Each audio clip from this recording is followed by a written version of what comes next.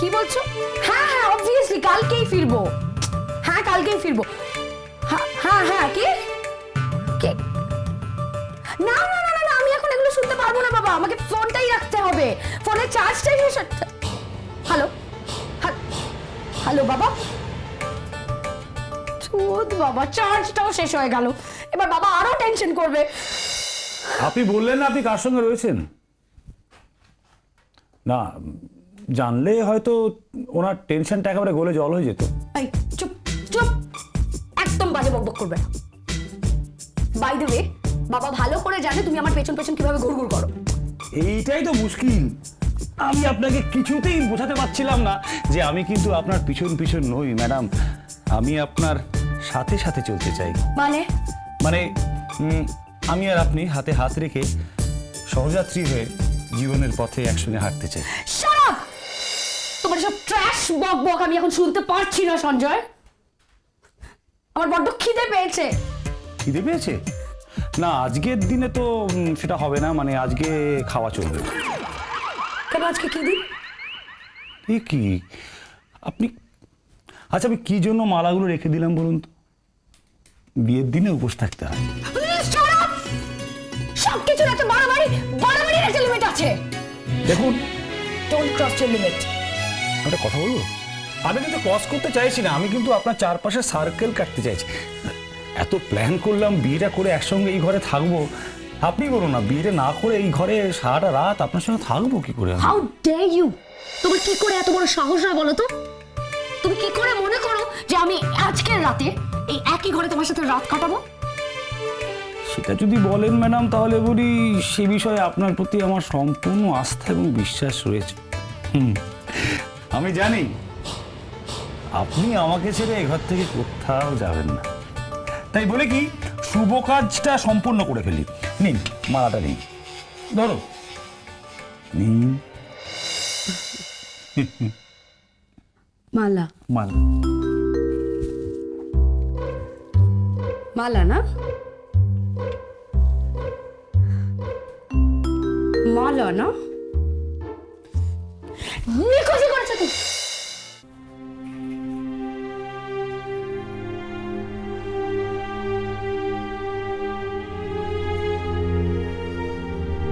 নারীর গতিটা অনেকটাই স্বাভাবিক হয়ে আসছে বুঝলি, শ্বাস প্রশ্বাসও অনেকটাই স্বাভাবিক। আমার ধারণা কাল সকালের মধ্যেই ওর জ্ঞান ফিরে আসবে। এ তো খুব ভালো খবর নতুন গোসাই। কিন্তু ওষুধটা যে আজ ওকে খাওয়াতেই হবে, কমল না এলে যে ওষুধটা তৈরিও করতে পারছি না। সে এখনো আসছে না কেন বল দেখি? তুই তুই যা তো, যা একবার এগিয়ে গিয়ে দেখ তো, কমলকে যে এখন দরকার। আমি এখানে আছি, কমলকে গিয়ে বল যে আমি ডাকছি। কমলকে ধরে নিয়ে আয় একেবারে, যা যা যা। আমি এক্ষুনি যাচ্ছি।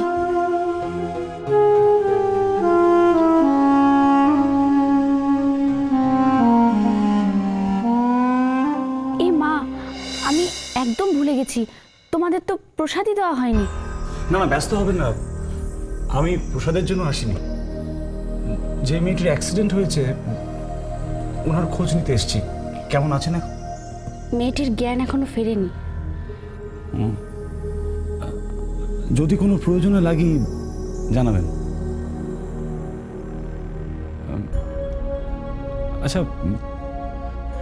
মেয়েটির সঙ্গে একবার দেখা করা যাবে? মেয়েটি এখন আগের থেকে অনেকটাই ঠিক আছে, তবে জ্ঞান ফেরেনি বলে নতুন গোসাই একটু চিন্তিত। উনি চিকিৎসা করছেন। এই সময় বেশি লোকজন, মানে বাইরের লোকজন উনি পছন্দ করবেন না, তাই। না না ঠিক আছে, পরে না হয়।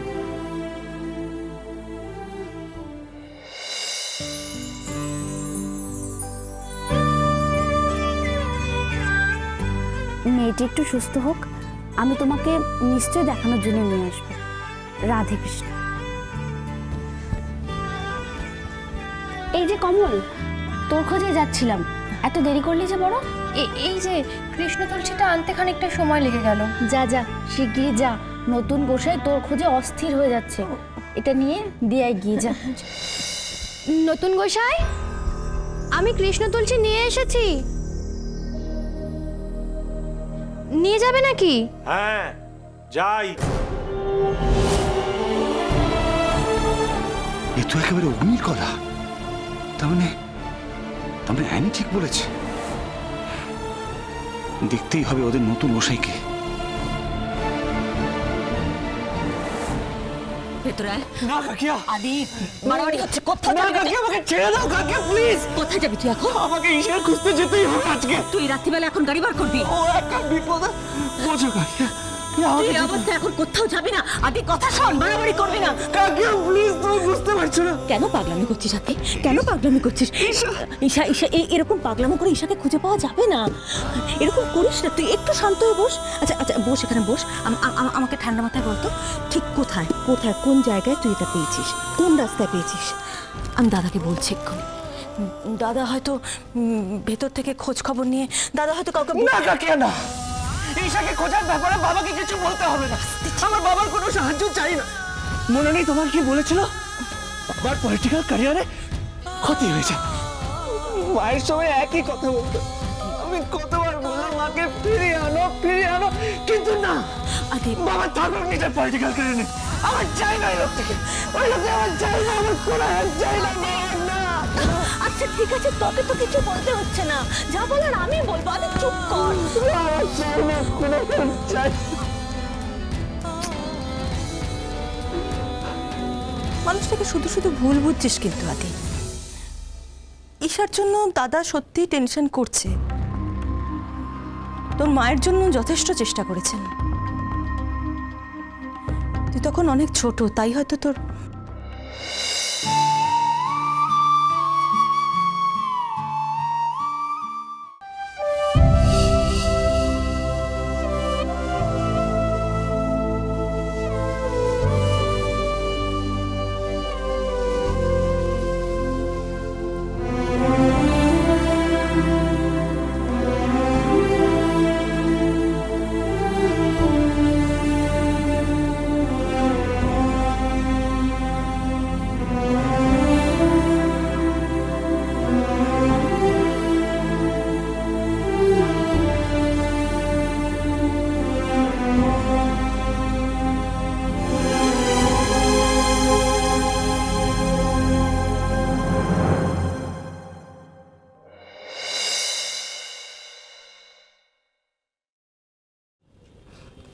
যাক, এই বিপদের সময় অন্তত এটুকু তো বোঝা গেল ঈশাকে কতটা ভালোবাসিস। ঈশ্বর তোর সাথে কোনো অন্যায় করবে না, দেখিস ঈশাকে আমরা ঠিক ফিরে পাবো।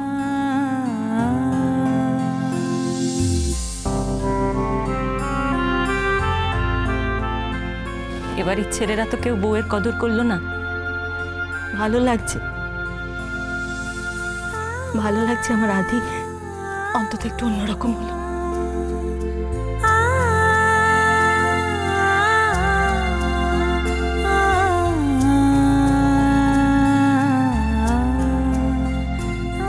যেদিন ঈশা ফিরে আসবে সেদিন ওকে আমি বলবো, আদি তোর এই ভালোবাসার কথা আমি ওকে বলবো। আমি তো জানি মেয়েরা এর থেকে বেশি আর কিচ্ছু চায় না, কিচ্ছু না।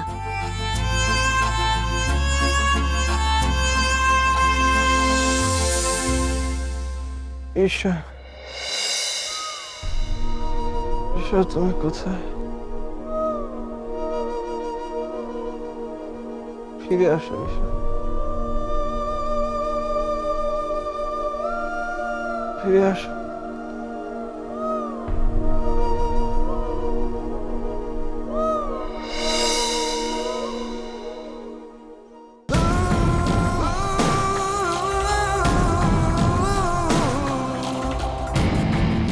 ভয় দেখাবেন ওকে? সব চিরকুট দিয়ে, হ্যাঁ এসব চিরকুট দিয়ে আদি আমার পেছনে যায়, আমার পেছনে গিয়ে আমার বিরুদ্ধে ষড়যন্ত্র করে। আমি শেষ করে দেবো আদিকে, আমি শেষ। Tick, tick, tick, tick, tick, till the love story